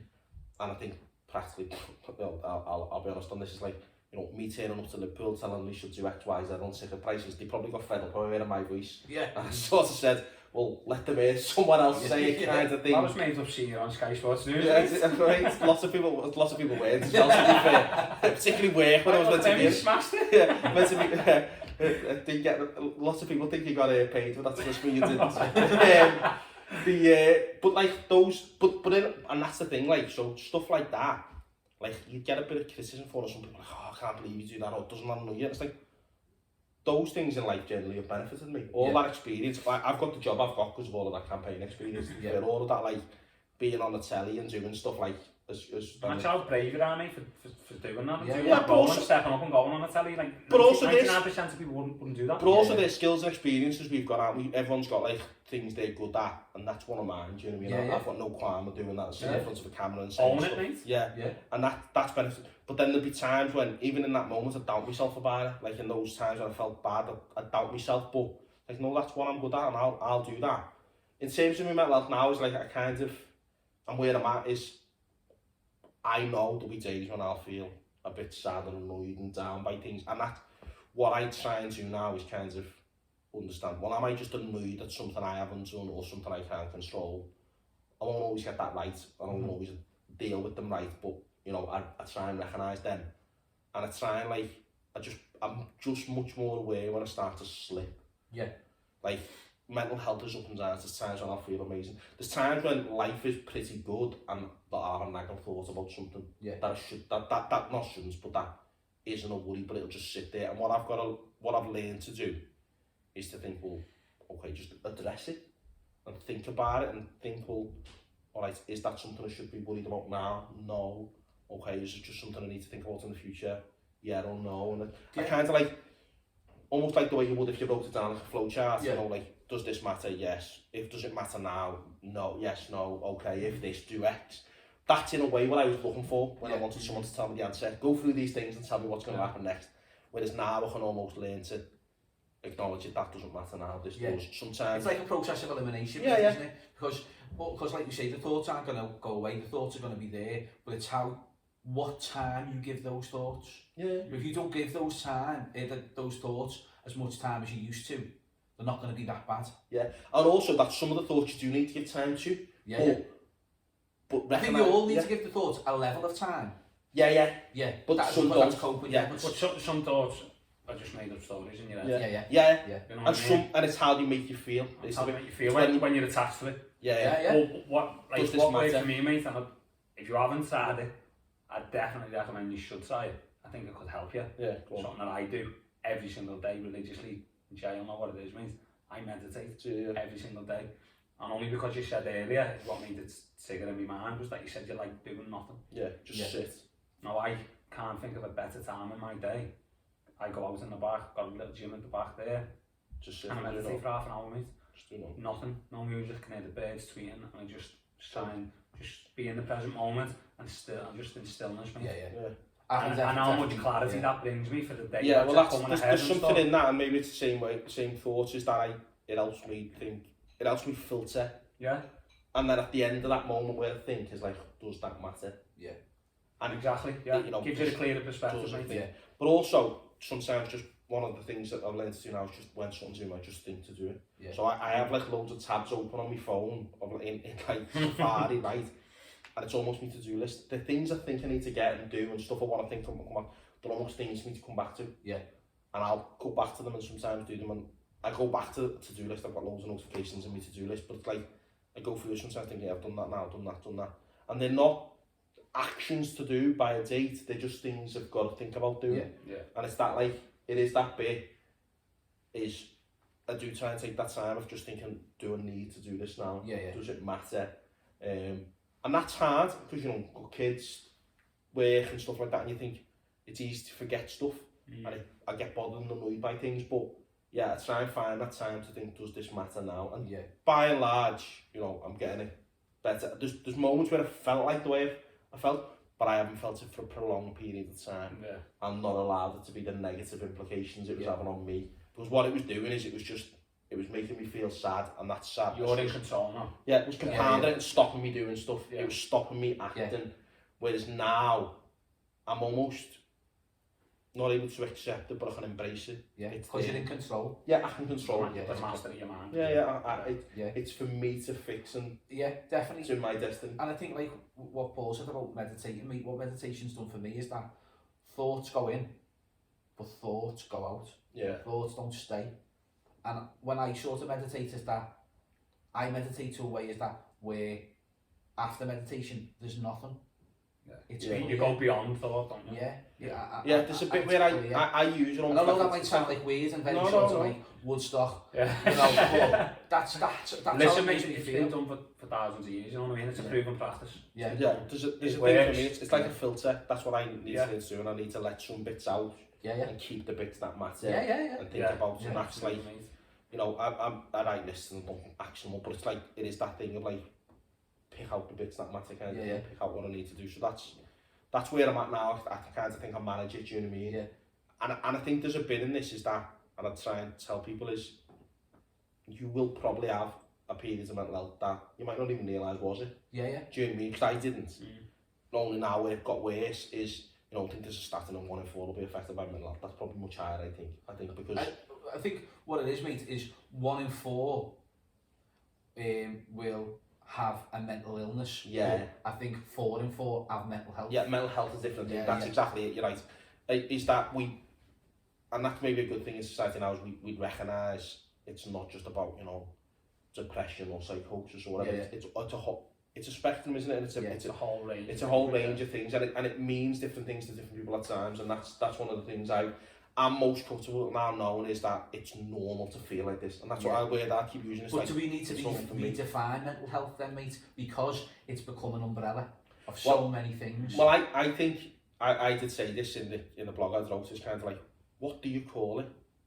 Was I unwell? Did I have mental health problems? Did I have mental health issues? Because issues sounds that bad, doesn't it? Issues sound like that. Because, you know, we know language matters.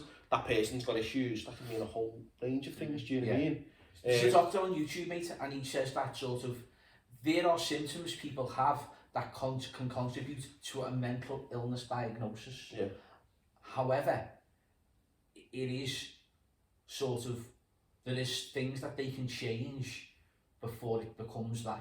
Do you know what I mean? Before it becomes mental illness. So they asked me when and it's self-help stuff. So when I went to Compass, they asked you give it a questionnaire to do, and like it asks what like whatever had certain feelings, like you know, but really severe mental health, you know, kinds of like suicide, harm, self-harm and stuff like that. And I hadn't, and I wouldn't say I was ever on the journey to it, but I do think like it would easily, I could easily have slipped into feeling worse about myself than I was. That would have been more destructive to myself. I'd have been more destructive and thought of myself more negatively. That I'm not saying that I ever got towards anything like that. I absolutely never had none of them thoughts, but looking at how I can see how it can happen to people. Do you know what I mean? Because by the time of intervention, it's too late. Exactly. So you know already, like I said before, the crisis point, you're locked up. And that's the thing where I think about sorting out your health is like... And that's what scares people as well, mate, by the way, because, you know, people, if you feel like, still relatively I've had suicidal thoughts when I was younger, you know what I mean? and stuff like that, but if you go to a doctor, you're scared you might get locked up. Yeah. But It's not going to happen. It's not going to happen. It's not Or going to that happen. other people would say it of you, do you know what I mean? So you worry about those things, and this is where you're right, Jay, is that we should be talking about what this actually is, and that's normal. In the same way, we would talk of someone's physical fitness. Self-empowerment, mate. Yeah. I'd like to say we need to empower people. You You've know, got to work with the with it skills now. and the tools. This is what this do it. is. Well, we Yeah. talk about that about physical health, but we would say, here's what you need to do to feel physically well by certain different... And that's not... And when I say physically well, I don't mean like, you know, don't mean being him, like, do you know what I mean? You always look like that. But I mean, like, you know, you generally know what a good diet is, you generally know what, like, unhealthy habits are for your physical health as such. But you'd go to the doctor, mate, if you had diabetes. You'd go to the doctor if you'd had a chest infection. You'd go to the hospital if you broke your leg. But why? Who do you go to? Well, yeah, you know what, right? The same person. Have you ever watched the programme? If you go to a doctor though, mate, like it's much more serious. It's much you more... go to a doctor with mental health, they're giving you tablets, Well, mate. have you ever... Or they're sending you to, you know, my experience, mate, you haven't done CBT or Yeah. whatever. You never watched the programme Billions? No. You ever seen this programme on Sky, that's Billions, Jamie Lewis, brilliant. Yeah. Genuinely boss, to watch it. But in that, the guy basically, he's got a, won't spoil it for anyone watching it, but I'd imagine most people have seen or aware of it. Runs like a hedge fund billionaire kind of thing, and all the staff have access to basically a therapist, and she's like a professional coach, she calls herself, but she can help them diagnose how they're feeling about work. I know why rich people have therapists or people they go to talk about how they're feeling. I don't reckon it's because they've all got mental health problems, because it genuinely felt really helpful to just go and talk to someone about how you were feeling when you needed it. Yeah.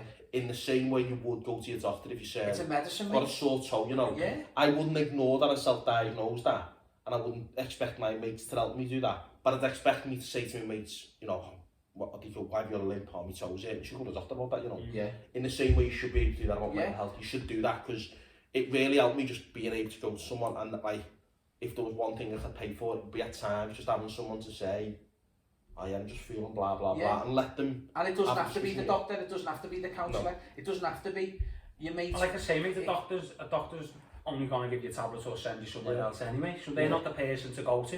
Yeah, like, it's not a I doctor. don't believe, obviously you need tablets, mate, I'm not denying that a doctor has got a part to play, but surely there's got to be a first line intervention before that. Before someone goes to a doctor, they'll just give you tablets. Why can't they come and speak to someone like Jay or Michelle? Well, it's a fun, but there's a thing in this, isn't there, it's criminally underfunded and undersupported, isn't it? There's no money in this to kind of help people get what they need and what works, and that's the thing, you know, what works for someone. I didn't need to go to a doctor, I knew that. I was in a relatively fortunate position that I'd heard of this organisation and that they had some book availability at the time, and I wasted a bit of time for it, but they had some availability. I can see why it reaches a crisis for other people, that they can't wait for that, they're not aware it exists, they feel bad, they need help there and then. But you know what? But that's why we should talk about mental health, so that you can recognise it well in advance. But what happens now, mate, and I see it every day, is that you go and see the GP. The GP will refer you to a counsellor. And then from that point, is you wait 6 months. So from that point to 6 months, you're fucking at crisis. You're fucking breaking point. You've got to commit suicide by then, you've got kids at home, you're struggling financially, whatever. Or you get fed up of waiting and you change your mind. Yeah, definitely, mate. And why is the waiting list that long? And it comes back again, resources, money, cash. Yeah, it should be funded. It should be funded. And that's what I say to you about this therapist idea, like the billions thing. It's like, someone should have relatively easy access to go and do that. It takes a while now to get a GP appointment for a physical ailment of any description, but generally it can be within a couple of weeks. But what we've got to normalise is that there can be a place in which you can go to in a fairly short period of time to have an initial conversation with someone who can help you towards things. And it is stuff like, you know, so maybe it's self-help groups, maybe it's fitness, maybe it's kind of health. I think it's all of them. It's a range of things, and that's the thing I most learned, is that mine was a combination of littler things. Mine wasn't one trigger, mine wasn't like a relationship breakdown, mine wasn't an anger management thing, mine wasn't mental health, around like, you know, suicidal thoughts that, you know, almost a chemical imbalance or some shit, and how you feel. So it was just, this is who I am in this moment, and these things were compounded. Going to him helped me understand them, so that's what I needed. But other people might need something else, and you've got to make that support available for you to do. So it's hard otherwise. For like sort of words of sort of wisdom, if you like, for people who are watching, what would you say to someone who was in a similar situation or struggling with their mental health? Now, what would you advise them to do? Seek. This can sound dead easy to say, but seek help. But don't think your help has to be like, I've got to go and get a counsellor. Talk to someone. The amazing thing, I didn't tell my mates. I told work I was going to these appointments because I needed time off, and my partner knew, and I didn't tell my mates. And when I told them, they were like, "Why didn't you tell me?" And I was like, I just can't explain why I didn't. But it was that bit of like, just because for me anyway, my experience, you know, and everyone's will be different, is once I said it out loud, I felt better. I didn't feel better in the sense not happened, but I felt a bit better than I was feeling. I felt it made it real. It made me realise that it was something to me, because otherwise it all existed in my head. It felt real. So saying it out loud to someone helped me begin to understand. So do that. You know, go to organisations like Compass. You know, contact a load of them to get the help that you need. But you know, talking to someone, for me at least anyway, helped verbalise and make real lots of thoughts I was having that helped me begin to understand them. So once I say when the stand based, I realised when I said some things why that was making me feel a certain way. Understanding yourself. And understanding myself, and that it, and when I was saying them, I was immediately beginning to think, I know what I need to do now. And it's, you know, so saying something. Because you've got the answers within you. So that bit of like, you know, go and speak to me, because if you're feeling just a bit down, they'd be like, let's go for a walk. And the thing I'd say to people as well, and not just people who've got it, is be that person that ready to say, because I thought I knew mental health. I thought I understood it. And, you know, I don't think we'll always will understand all of it. We'll keep learning. It's like a rugby, mate. Yeah, you've got to keep on peeling away. But like being that mate, like, be that mate of like, what actions can I take to help someone where I just think that it's on. And it is like, you know, physical exercise is huge, and do you know what I mean? Physical, you know, relationships, seeing friends and stuff like that matters, not just talking to them on text, asking them questions, picking the phone up, have that conversation. Because, you know, texting someone saying you're okay, you know, I've seen some of the mental health adverts, it's like texting someone about being okay. I'm not sure that is enough, you know. No, I don't. When you see their face, you tell when someone's not feeling the same way. You can tell, you can see it. Kind of thing. If you notice they've been quiet in the WhatsApp group, pick a phone up to them, mate, kind of thing. But mine would be as much to others who are noticing someone's a bit quiet, because I think looking back, there were probably bits where I wasn't myself. And I thought I was masking it, but I probably wasn't. And it's that bit of like, if you just think someone's a bit thing, you just ask. But also, let's normalise that. Let's talk, even if you don't feel down today, if you think, I'm fine with my mental health, talk about work, you know, talk about the relationship breakdown, talk about how if you've got kids and you don't see them bothers you, talk about those things. Because they're all right to talk about. Exactly. In the same way you're talking about a match or something like that should be doing, talking about your life is normal. And that lets you think, you know what, that's not what. Because seeing other people talk about their life experience might make you think, oh, that's, everyone else feels like that. Because that's what I was worrying with. I was thinking, well, does anyone else feel like this about things?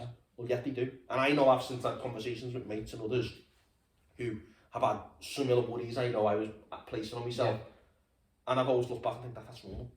There's no man in the world, mate, that's too big for mental health. No, mate. I do refer back sometimes, mate. And you know what, mate? Tyson Fury. Well, he's the hardest boxer in the world, the biggest heavyweight, and it made him crumble. Absolutely. It hurts you. You know what I mean? Mental health doesn't discriminate, mate. Exactly. Whether you're rich, you're poor, you're skinny, you're fat, you're black, you're white.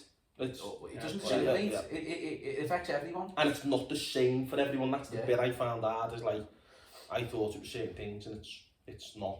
Do you know what I mean? Like, I sort of find it hard, I don't know if you used to, like, especially like my dad didn't really understand it. I find the older generation sometimes it's hard to get it to. So I sort of conditioned to be tough men, you know what I mean? Also, really they think it's maybe suicide and stuff like that. Do you know what I mean? I think that's what they think it is, mate. So I remember telling my mum and dad, and I hadn't told no one. It was just before I wrote this blog, so I had to tell them, because otherwise people who follow me on Twitter were going to tell them I wrote this thing. And I remember like worrying for them, thinking they're going to think it's this. So I always had to pre-prepare them for it, saying it's not this, do you know what I mean? It's this. But I think we're better getting to understand that now. but we will only do that by talking about it. Yeah, We will only do that by people saying, I feel a certain way and I've been and got help and I've been and done this, by talking about it, because then people go, well, it's not suicide and it's not depression or it's not. It's a whole host of things. So saying I've got, you know, my mental health's not great isn't saying, you know, you need to worry that I'm going to harm myself. It's saying I'm just not feeling myself, and that might play out in a number of ways. Definitely. In how my mood seems or how talkative I am. It's that. It is that recognition. I think it's really, that'd be the words of wisdom of why you should talk about it, because it probably actually stops you making feeling worse. You don't need to worry then. People are going to be like, are you okay? And you're like, I'm fucking not okay, but I don't want to talk to you about it. But talking about it, saying I'm just not being this, will stop those other questions and will help you. I genuinely do think will help you. Any more questions that you've got, Paul? No, mate. I think you've answered everything, Jay. I'll have a great chat with you. Enjoyed that. Really appreciate you doing it, Jay, because it takes, you know, I know it's sort of might sound like textbook, but it is brave talking about sort of problems, mate, and sort of things that we've overcome.